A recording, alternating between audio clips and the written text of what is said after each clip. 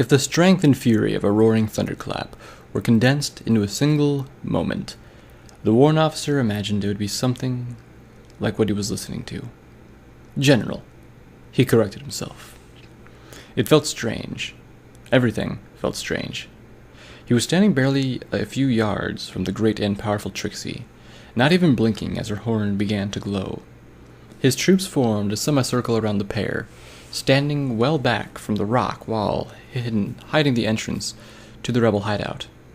It had been easy to lead Trixie back to the scene of where he had left Rainbow Dash and let her slip through his hooves. Another condensed roar split the air. When they arrived, Trixie had smirked and ordered every pony to step back. Every pony but the general had obliged. When her horn had first started to glow, every pony but the general had receded even further. The hammering of his heartbeat and sweat on his brow, normally his near constant companions, were replaced by alien sense of coolness.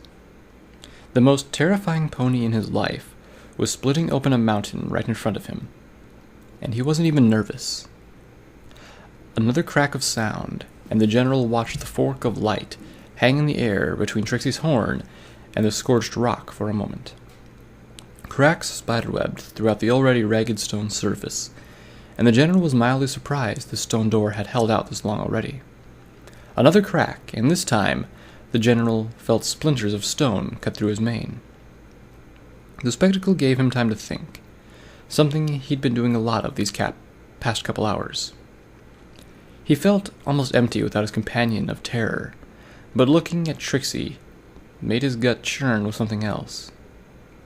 It was an emotion long buried, pushed aside as dangerous and protected against by other memories of the past. By Celestia, you're pathetic. The general almost quashed the memory out of habit, but on reflection decided to let his mind wander. There was no fear to goad him into action, and with a piqued curiosity, he allowed the flashback to play out. The great and powerful Trixie stood in her tent, her horn thrown back, or her hood thrown back, and her armor freshly polished. By Celestia, you're pathetic. Since you and your idiot friend of yours came to me, you've done nothing but botch everything I've asked of you. The general peered out from behind his hooves, even lower to the ground than he used to. He was no longer a general, simply some foal looking up to the great and powerful Trixie's scowl. I'm sorry, Trixie. I did just as you said. I focused and concentrated, and, that other thing. Trixie stomped her hoof, sending what pages were left of her spellbooks flying into the air. Aim, you fool! You didn't aim. That's why you hit my notes instead of your target. The fool watched her stomp over and over to the center of the room, using her magic to collect the scattered pages into a loose pile. I swear, sometimes I don't know why I keep you around. Because I'm getting better, right? I mean, I got the spell to work that time. Not good enough, Trixie yelled, scattering the pages again. As soon as the words left her mouth, she grunted and sat down, her front hooves going to her temple. The fool stood and rushed to her side, trying to look at her face without getting in her way. Trixie, are you okay? Is there anything I can... Just shut up! It's just a headache. Probably a side effect after Her Majesty's gift to me. Trixie brought her hooves away from her head, turning to look at the fool again. The fool stood silently, ready to help in any way he could. Trixie sighed. Trixie did not mean to yell. Trixie is just in a bad mood. She rubbed her temples again, looking the fool in the eyes with a twinge of regret. I am sorry. Her Majesty gave me a taste of her power, but it is more than I expected. When she gives me a position in her court, I'm sure you'll be good enough to be my officer. In a lower voice, she mumbled, All this practice has to pay off eventually. The fool brightened, nearly jumping for joy. Really? You think I'm good enough? Trixie stood, taking a deep breath. Not yet. But that's why you need practice. Now go, find your friend and try not to break anything. And find me something for this headache. The general shivered, despite the relative warmth of the air. With every crack of lightning, a fresh wave of heat rolled over his face and settled over his skin. For several moments, he simply stood and stared at Trixie, soaking up the warmth and feeling his skin shiver and writhe in time with his stomach. He felt something towards Trixie, something he couldn't quite pin down. It was no longer fear. Once, long ago, he had felt something positive towards her.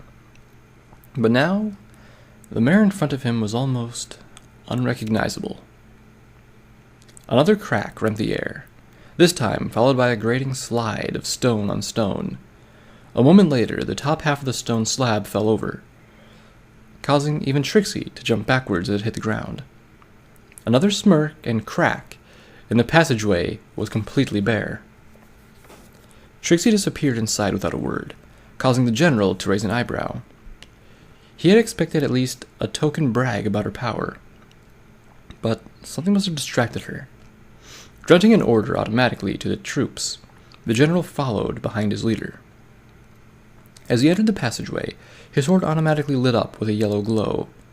Just yesterday, such a spell would have required his full concentration, but since that scene in the tent, the general had expected a lot of things to change, not having any idea of what to expect from a taste of Trixie's, and by extension, Her Highness's power. So far, however, the only change he had noticed was that the spells seemed to come to him easier, even automatically in some cases. He still wasn't sure if this newfound courage in front of Trixie stemmed from whatever vague power he had absorbed, but whenever he thought about it, the same image came to mind. Nightmare Moon, her wings expanded to fill the tent, glaring down at a terrified Trixie. The general rounded a corner in the bare passageway, and he saw a pale light bobbing ahead of him. Judging by the speed it was bouncing, Trixie must have been all but trotting down the tunnel. The general continued forward at an even pace, noting that the ground had begun to slope downward. Other than the muffled curses of stumbling ponies, the trip down the tunnel was uneventful. When the flickering glow of torchlight finally greeted his eyes, around another corner, the general paused.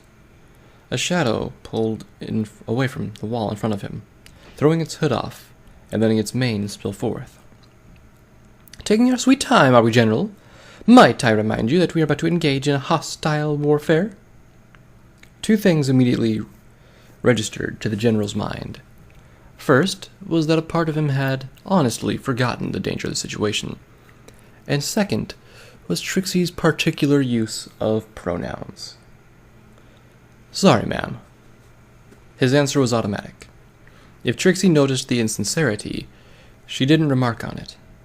Instead, she scoffed and turned her nose upward, one eye darting wildly towards the tunnel exit.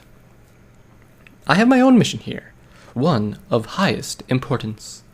While I carry it out, General, I expect you to lead my ponies to victory. Is that clear?" "Yes, ma'am." "Are you not planning on asking what your orders are?" The general shrugged, almost annoyed. Now, there's something new.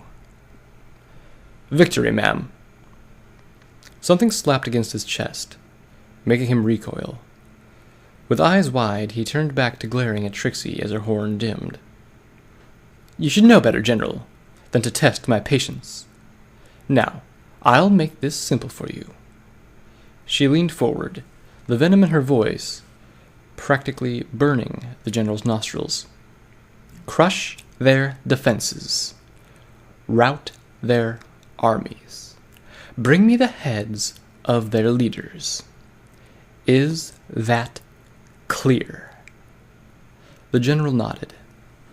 Without another word, Trixie turned away, her cloak sweeping out behind her and slapping against the general's face. He watched her walk down the tunnel until she blended in with the shadows, seeming to vanish well before the opening into the main cavern. The general wondered whether Trixie cared anything for this invasion other than the distraction for whatever she was planning. He did know she cared nothing for his life or the lives of the ponies under her. The shiver on his skin returned, the feeling of heat on his skin flaring and crawling as he stared at the spot Trixie vanished.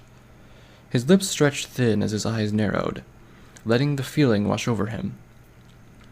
He still had no name for it, but it made him feel euphoric when the wave passed through his head. It was like a second wind that came again and again, sharpening his focus like a razor, and perking his ears towards every distinct breath she drew. He didn't have a word for what he felt towards Trixie, but he knew he didn't like her.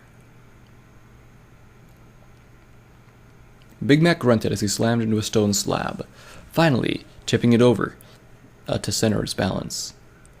With a reverberating crush, the monolith came down against the wall across the bridge. As the other ponies who had helped move it stopped to catch their breath, Big Mac took back up to survey their hoofwork. At first glance, their wall looked like a pile of junk. Everything from loose stone to boulders to a wall of a house could be picked out inside of it. But its ramshackle appearance belied its strength. Big Mac could feel it in his hooves every time he pushed a slab into place. It was an innate feeling, strong because of its hurried construction as much as in spite of it. It was a feeling only an earth pony could fully grasp, just like the wind under a Pegasus's wings or the flare of magic for a unicorn. The wall stretched across the bridge, 10 hooves high, and perhaps twice that in length. It was hardly a bastion of safety, but Big Mac knew that every inch thumbed with the tension of its builders. On their side of the wall, chunks of debris seemed to stick out at regular intervals on ground level. Although they might have seemed like rushing mistakes, they were anything but. In addition to giving the wall a resistance to being pushed backwards and unbalanced, they allowed a pony to scramble up and see over top. In effect, the entire construction was a single battlement. It was off one of these protrusions that Red jumped down, hitting the ground with a thud. His face told Big Mac all he needed to know, and he obliged to see for himself. Moments later, his head peeked up over the top, and he saw a light down the tunnel. He looked down. The bridge was backed up with volunteers, far more than could effectively man the bridge. They looked up at him on his impromptu podium, their faces ranging from frightened to resigned. Big Mac never laughed, so he recognized the hysterics for what they were when he felt a chuckle trying to sneak out. "You want a speech?" he said. It was not a question. It was written all over their faces. "I'm not going to give you one. If y'all need motivation, think about how far we've come since Ponyville. I don't know about you, but I intend to make it through this." He knew a speech would have been better, but the truth was that he had nothing to say. Either help would arrive, or they would die. Stating the obvious wasn't going to help anything, but he wasn't about to lie to his colts. False hope was a terrible thing to die for. The general felt the light wash over his face as he stepped out of the tunnel, a pensive calm enveloping what should have been a whirlwind of emotions. 100 paces to his right, a multi-story building stood, dark and boarded. Tunnels dotted the wall behind it. 100 paces of open ground stretched ahead of him, ending at a bridge with a heap of rubble halfway across. Above him and to his left, darkness stretched until the torchlight ran out. As the royal guard came to a halt behind him, silence fell over the chamber. The general thought he caught movement atop the wall, but it was too far away to be sure. He knew that the rebels' eyes were on him, waiting. He felt that he should say something, some last dramatic ultimatum. But what was there to say? Crush their defenses, rout their armies, Bring me the heads of their leaders. These ponies had to die, and the general had never been a fan of the dramatic. Not since Trixie, anyway. The general caught another glimpse of movement atop the wall, and this time he was quite sure of what he had saw. By reflex, he jumped to the right just as something whizzed by where his head was at. He turned his head at the cracking sound behind him, eyes widening slightly at the hoof-sized boulder now wedged into the cave wall. He grinned. There goes that opportunity, I suppose. He stomped his hoof, and the ponies began to march past him as one. The double column they had adopted in the cave became 3, then 4, then 5, as the royal guards emerged. Black armor was designed to cover their faces as much as their bodies, glinting in the torchlight as their ranks swelled. Of his 100 soldiers, not even half emerged before he stomped his hoof again, telling the others to wait. With such a narrow room for retreat, it was better to leave nothing to chance. The general caught a flurry of movement from atop the wall, but this time he did not try to leap aside. That would mean that the pony behind him would take the bullet, and that was not acceptable. Instead, his horn flared to life at the same moment as the ponies next to him, and a split second later, the rocks made contact. In a fraction of a second, a stone the size of a hay bale had grown from a distant speck to a deadly missile before halting instantly, barely a yard in front of him. His horn flickered slightly, but the yellow shield around him held. Before the rock even hit the ground, 2 more made contact. In moments, the general's magic was the only thing between himself and a horizontal hailstorm. Though his magic flickered with every hit, the general knew he was in no immediate danger. With some surprise, he noticed that the other unicorns on either side of him were not faring as well.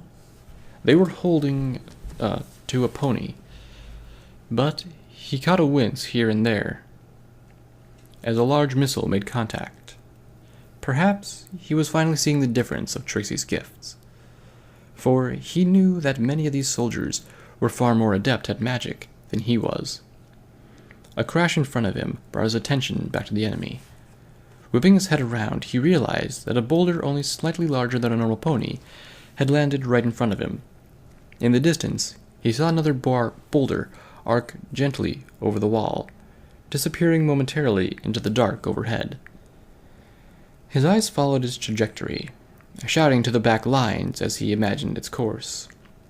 The royal guards in the back had time to clear a space as it crashed down, but another makeshift mortar was already in the air.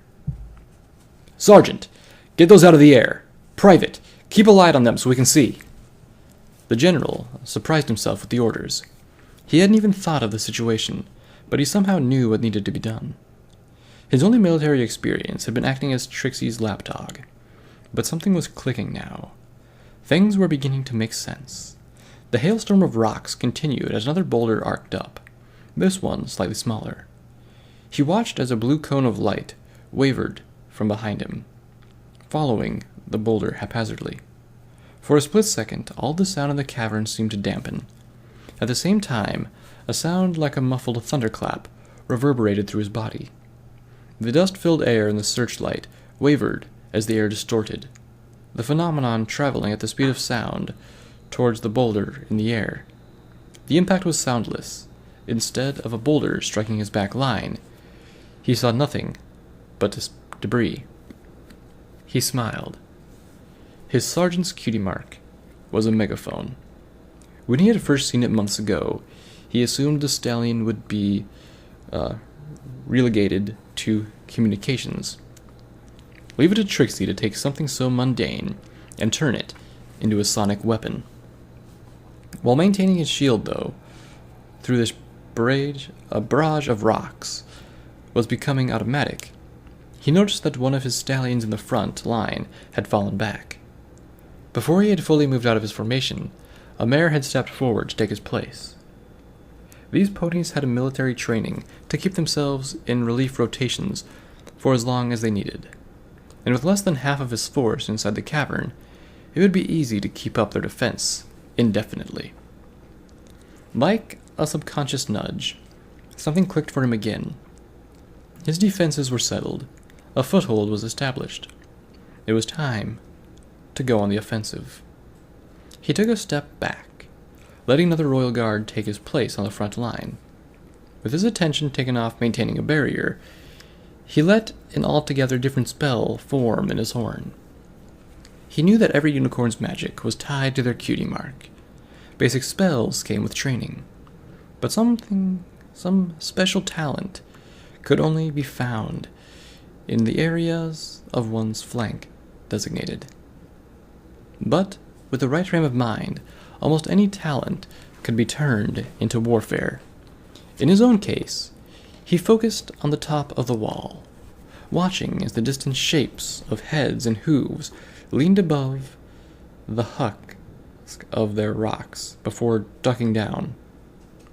Like a barber pulling the hair to just the right length before cutting, he waited until a brown stallion stood up just a little too far. Snip, he thought. He almost laughed to himself at that. Red barely managed to wipe the sweat from his brow between boulders. He grunted as he rolled another onto the position behind Big Mac, backing away hurriedly. He couldn't help but wince at the crack of metal on stone as Big Mac bucked back, sending the boulder over the wall. Even with horseshoes, that had to hurt like hell. Before he could roll another stone into position, a sound like garden shears reached Red's ears. It caught his attention because of how out of place it was, but he remembered it because it prefaced the first scream of the day. Red whipped his head around as a brown pony tumbled off the wall, his body landing with a sickening thunk. Before Red could move to investigate, two ponies had arrived with a makeshift stretcher and began hauling the body unceremoniously back towards the town. He knew they had to keep the area clear, and he knew that casualties were bound to happen, but it still struck him as inhumane to move him so carelessly before even checking his injuries. A mare nearby vomited, and Red found himself grateful that he hadn't gotten a closer look at the victim.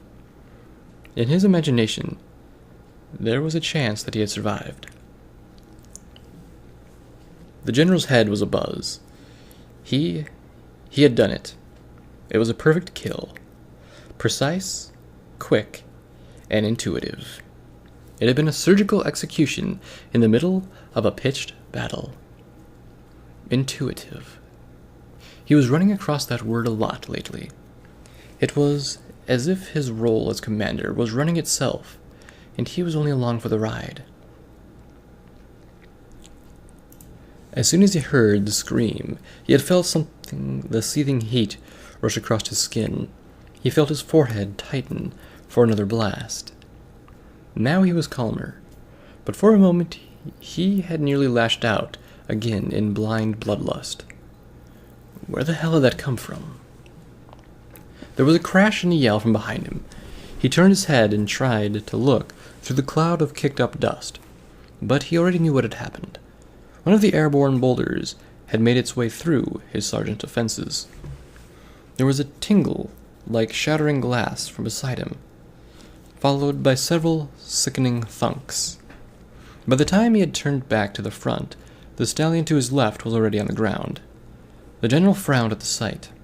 The soldier had let his magic fall to rocks. Rocks. And from the swelling bruises on his face, he'd be lucky if he was only in a coma. Relief units, to the front! 6 ponies came forward, and 5 fell back, plugging the hole instantly. Another boulder arced over the wall, and the general caught himself wondering if they had some sort of cannon back there. That was the only explanation. Something had to be done to take the pressure off his troops. It might leave them more open, but they had to attack.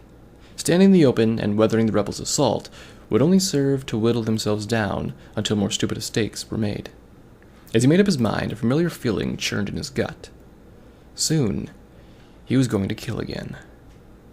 First line, concentrate on your shields. 7 and 8, don't let those boulders touch the ground again. Lines 2 through 6, Tear that wall to pieces. He could feel heat on his ears as a fireball passed overhead, and all manner of projectiles following it. In arcing trajectories and instant beelines, a dolge of multicolored projectiles made their way towards the wall. Big Mac was blind with sweat, but he didn't notice. He didn't need to see to buck stone. If he was less focused, he might have noticed that he was tired. He might have realized that one of his horseshoes was bent painfully out of shape. If he could think of anything besides that moment of contact between his hooves and rock, the gratifying give of his power launching it into the air, then he would have realized all manner of problems.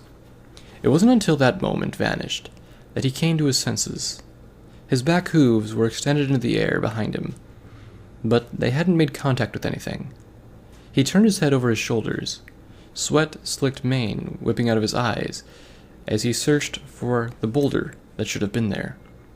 Instead, he saw hundreds of different colors of light shining over the wall.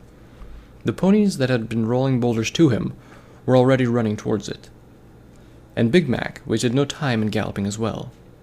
His flank hit the stone just as the barrage of spells impacted the other side, and the momentum knocked the wind out of him. Some of the smaller earth ponies were bowled completely over, and to Big Mac's horror, he felt the balance of the shamshackle barricade shift slightly.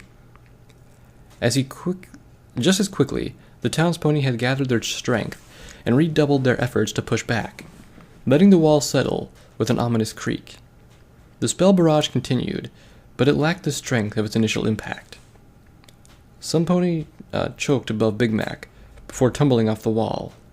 Red was on her in seconds, a hoof between the blue mare's head and the ground. A stone tumbled out of her grasp, and Big Mac knew what had happened.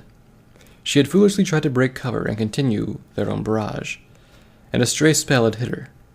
Unlike the invaders, the earth ponies did not have the means to defend themselves and attack at the same time. The wall creaked again. Its weight shifted slightly. Big Mac grimaced, sweat burning his eyes as he looked into the darkness above. He hadn't wanted to play this card so early, but he had no choice. Gathering a lungful of air, Big Mac brought his hoof to his mouth and whistled as loud as he could. From the cavern ceiling, the battlefield looked like a toy. Tiny shadows flitted around as spells lit up the room, but from such a great heights, it was like watching distant fireflies. Even the sounds were muted, the distance delaying them like thunder and lightning. The cavern ceiling seemed to exist in its own world, the flaring fractions below them doing little more than making the weaker stalactites tremble slightly. One sound, however, was remarkably different. As Big Mac's whistle floated up to the rocks, something did change. On the side of one stalactite, a pair of Pegasus wings spread and flexed. Around him, invisible to each other, a dozen others did the same. A black and red Pegasus took off from his stony perch. "Positions!" he yelled, but the others were already in motion. With a speed born of desperation, they organized themselves at varying points next to different stalactites. The Pegasus looked below him. It was like watching a fireworks display from the wrong angle, and he forced himself to turn away. They had the signal. This was no time to get distracted. He couldn't see his colts in the darkness, but he knew that they were there, and ready. "On my mark," he yelled, tensing his legs as he prepared to buck out. "Mark!"